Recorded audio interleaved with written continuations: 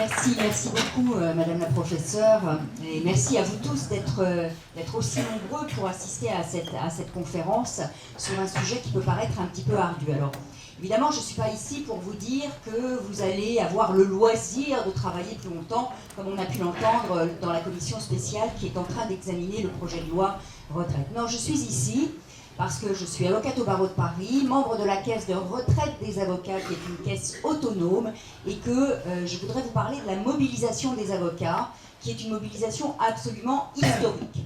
Professionnellement, nous sommes 70 000 en France, dont 30 000 à Paris. C'est pas énorme, mais quand même, ça pèse. Et nous, comme vous l'a rappelé Madame Lantour, nous avons commencé à nous mobiliser dès le mois de septembre de l'année dernière, 2019, parce que nous avons eu des échanges avec Monsieur Delevoye, à l'époque, lorsqu'il était le haut commissaire aux retraites, avant qu'il n'ait été mis à la porte, compte tenu des découvertes de ces différents mandats qu'il avait omis d'indiquer. Et bien donc, Monsieur Delevoye a passé son temps à discuter avec la profession d'avocat en nous présentant des slides, comme vous venez de le faire, mais justement, lui n'est pas professeur. Lui était là à la fois pour nous expliquer le projet de réforme et écouter ce que nous pouvions en dire. Il nous a présenté son projet de réforme, mais il n'a rien écouté de ce que nous pouvions souhaiter. D'où l'entrée en grève à partir de septembre, après que le rapport Delevoye ait été déposé en juillet 2019. Alors, nos modalités de mobilisation, vous les avez vues évidemment certainement sur les réseaux sociaux, parce qu'on ne les voit pas forcément dans les grands médias, mais ça a commencé à Caen, lorsque la garde des Sceaux est venue au tribunal de Caen faire un petit speech. Eh bien, les avocats ont commencé par faire ce que l'on appelle le lancer de robe. Et évidemment, je dois vous dire que ça n'a pas plu pour tous les avocats, et même au-delà, certains ont considéré que ce n'était pas acceptable, et pourtant, cette robe que nous portons lorsque nous allons plaider, croyez-moi, nous l'aimons. Et si nous la jetons, c'est parce qu'il y a une goutte d'eau qui fait véritablement déborder le vase.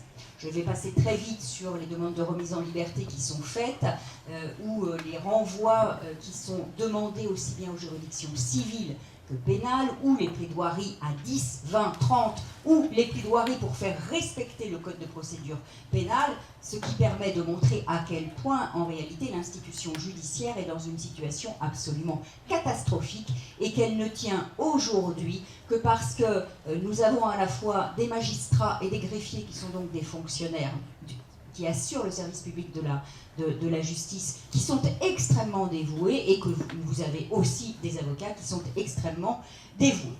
Bien, on m'a demandé on m'a posé 3 questions, et je vais vous dire lesquelles, et je vais répondre à ces 3 questions. La première question, c'est d'abord la question de savoir, bon, c'est quoi la profession libérale, votre caisse, etc., on ne comprend rien, etc. Donc, je vais essayer d'être claire. Profession libérale,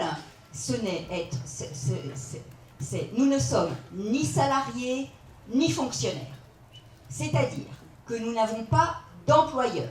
Quand on est salarié, on a un employeur du privé, et quand on est fonctionnaire, on a un employeur qui est l'État. Cela veut dire que nous sommes dans une situation de fait différente de la quasi-totalité des travailleurs français. C'est-à-dire que nous n'avons pas de chômage quand nous n'avons pas de travail. Clairement, si vous n'avez pas de clients, ce n'est pas les ascétiques qui vont vous indemniser. Ça n'existe pas.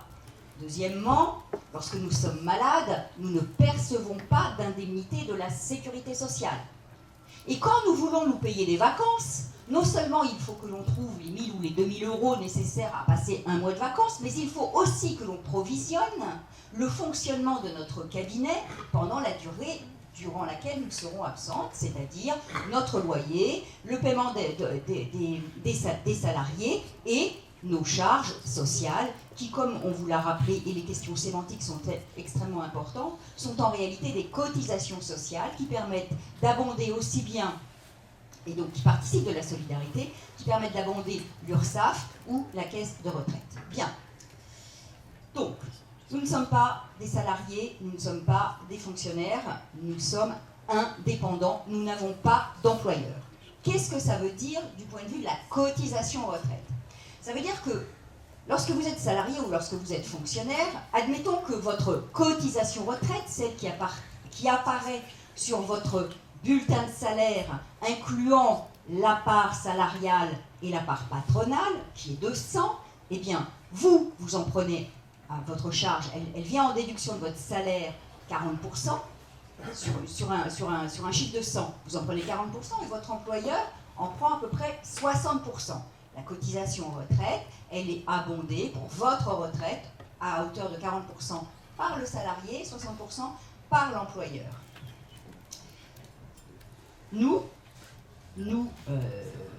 prenons intégralement en charge cette cotisation qui aujourd'hui est à peu près de 17%.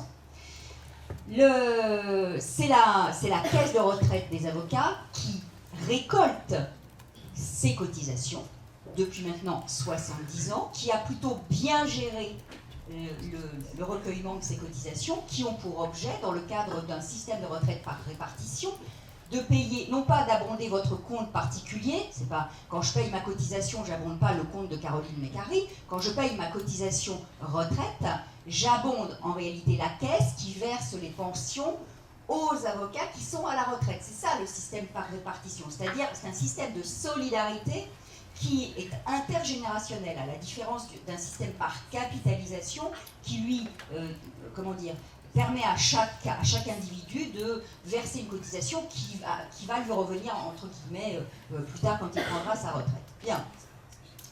Donc, aujourd'hui, c'est la caisse de retraite des avocats qui récupère ces cotisations. Il y a des cotisations jusqu'à 280 000 € de revenus.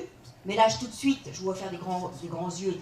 Tout de suite, il faut que je vous dise que sur les 70 000 avocats de France, 35 000 gagnent moins de 40 000 € par an. Il y a, sur les 30 dernières années, il y a eu un triplement du nombre d'avocats, il y a eu une désacralisation de la profession, et donc 35 000 avocats ne gagnent que 40 000 € par an, c'est-à-dire ramenés au mois, vous faites le calcul, et voilà. Donc, notre caisse, elle est autonome parce que nous seuls la finançons. Aucun contribuable ne vient la financer. Elle est bénéficiaire parce que, pour deux raisons. D'une part, nous avons su gérer correctement, ce qui n'est pas le cas de l'État, par exemple. Et deuxièmement, nous avons en effet une démographie qui est tout à fait favorable. C'est-à-dire qu'aujourd'hui, nous avons pour un avocat retraité 5 actifs. Dans le système général, pour un salarié retraité, il y a 1,7 ou 8 actifs. Ce n'est pas du tout la même chose. Donc bénéficiaire, et elle est solidaire, puisque comme l'a rappelé Madame Lantour, notre caisse, dans le système de la péréquation depuis 1973, reverse aux autres caisses autonomes des professions indépendantes en moyenne 100 millions € par an. C'est-à-dire qu'aujourd'hui, nous avons des réserves qui sont de 2 milliards d'euros, mais depuis 1973, nous avons versé à la solidarité nationale 1,9 milliard d'euros. Donc nous sommes parfaitement solidaires avec la solidarité nationale, et nous pouvons même dire d'ailleurs que les avocats sont les plus gros contributeurs, si on veut regarder qui contribue le plus à la solidarité nationale sur la question des retraites, que les salariés ou les fonctionnaires. Je ne reproche rien à personne, ce n'est pas la question, mais qu'on ne vienne pas nous dire que nous ne sommes que des nantis, égoïstes et qui ne pensons qu'à notre gueule. Ce n'est pas vrai. Et j'ajoute quelque chose qui est très important, c'est que nous avons en effet un régime de base qui nous permet, nous avons mis en place un régime de base qui nous permet aujourd'hui, après qu'on soit un homme ou une femme, de percevoir pour une carrière complète une pension qui est de 1 416 € par mois, c'est-à-dire 400 € de plus que ce qui existe aujourd'hui avec le minimum vieillesse qui doit être à peu près, avec tout ce qui, enfin avec toutes les, bref, qui est à peu près autour de 980 ou 1023 €, je ne me souviens pas très bien. Peu importe. En tout cas, nous avons une retraite de base qui est plus intéressante que la retraite qui existe aujourd'hui dans le régime général et qui devrait être la nôtre si nous intégrons le régime universel. Bien. Qu'est-ce qui va nous arriver si le système est mis en place? C'est la deuxième question. C'est très simple. D'abord, on a un vrai problème quant à la sincérité à la fois de l'étude d'impact dont le Conseil d'État a souligné les insuffisances en termes de projection. Le projet qui est actuellement discuté à l'Assemblée nationale propose de mettre en place un système de retraite dite universelle. Et pourtant, dans la réalité, ce système n'est déjà plus universel puisqu'il connaît en réalité de 5 sous-régimes. Un régime pour les fonctionnaires, un régime pour les agriculteurs, un régime pour les marins. Oui, il y a un régime spécial pour les marins. Enfin, je qualifie de spécial, ce n'est pas la bonne terminologie juridique, mais c'est un régime pour les marins, un régime pour les policiers et un régime pour les gendarmes. Donc, le système universel tel qu'il est conçu inclut d'ores et déjà 5 sous-systèmes qui sont différents, de sorte que l'on peut soutenir que dès lors que les avocats et les professions libérales, d'une manière générale, qui n'ont pas d'employeur, sont dans une situation de fait différente des salariés et des fonctionnaires qui, eux, ont un employeur, eh bien, ces professions libérales pourraient parfaitement bénéficier d'un 6e régime qui intégrerait les spécificités suivantes. Chez les avocats, la question de l'âge de la retraite, c'est pas tellement une question, pour vous dire la vérité, parce que la plupart du temps, comme on aime notre métier, en tout cas, je ne veux pas dire par là que les autres ne l'aiment pas, mais en tout cas, on y est très attaché. On prend aisément notre retraite, parfois en portant la robe et en mourant sur scène. C'est vrai. Mais en tout cas, en 65, 66, 70 ans, il n'est pas rare de voir des avocats travailler encore à 70 ans et être parfaitement en capacité de le faire. Néanmoins, donc, ce n'est pas l'âge qui nous pose un problème. Ce qui nous pose un problème, c'est en réalité le doublement de la cotisation. Aujourd'hui, notre cotisation, ce que nous payons dans le système universel, va être doublé. On va passer pour nous de l'équivalent à peu près de 14%, si on ne compte pas les droits de plaidoirie, mais je passe là-dessus parce que vous n'allez rien y comprendre, à 28%. Le problème, c'est que nous n'avons pas d'employeur pour prendre en charge la moitié de notre cotisation comme les salariés et les fonctionnaires. Et le fait que cette cotisation de 28% soit sur la première tranche des revenus, c'est-à-dire ceux qui gagnent 40 000 € par an, c'est-à-dire 35 000 avocats, c'est-à-dire sur les plus modestes, qui sont par ailleurs ceux qui interviennent au titre de l'aide juridictionnelle pour les justiciables les plus modestes, ça va avoir des conséquences sur le fonctionnement de leur cabinet. Et c'est pour ça que nous disons que la réforme des retraites telle qu'elle est prévue aujourd'hui pour nous, c'est un tiers de la profession qui disparaît ou qui est voué à disparaître. Et je passe sur le détail de, évidemment, la valeur du point, dont je précise aujourd'hui qu'en commission spéciale, il a été indiqué qu'il serait, articulé à un indice qui n'existe pas encore.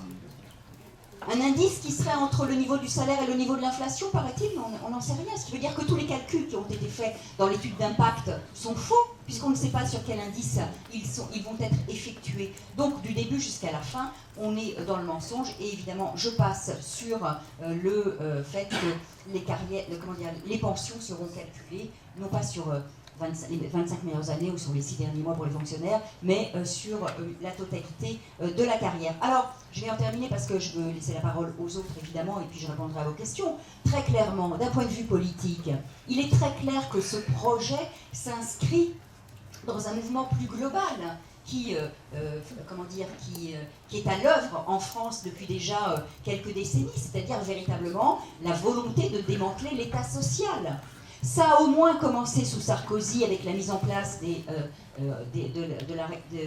RGPP, c'est-à-dire la diminution, entre guillemets, de la dépense publique, tout en faisant dans le même temps une diminution des recettes. Donc c'est facile de dire que l'État n'a plus d'argent dès lors que l'on diminue les recettes.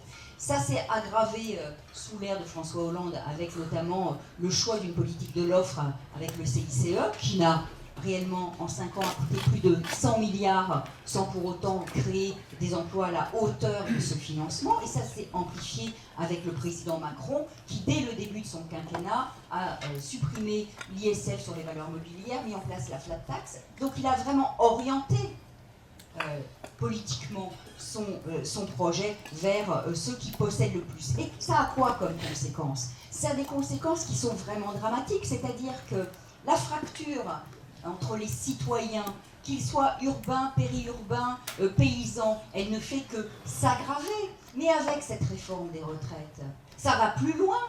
comme l'a dit l'un d'entre nous sur cette table, à chaque génération, on aura des taux de pension qui seront déterminés par la génération. Donc ça induit une fracture générationnelle. C'est-à-dire ceux qui sont nés en 75, eh ben, ça ne va pas être traité de la même manière que ceux qui sont nés en 76, en 77, 78.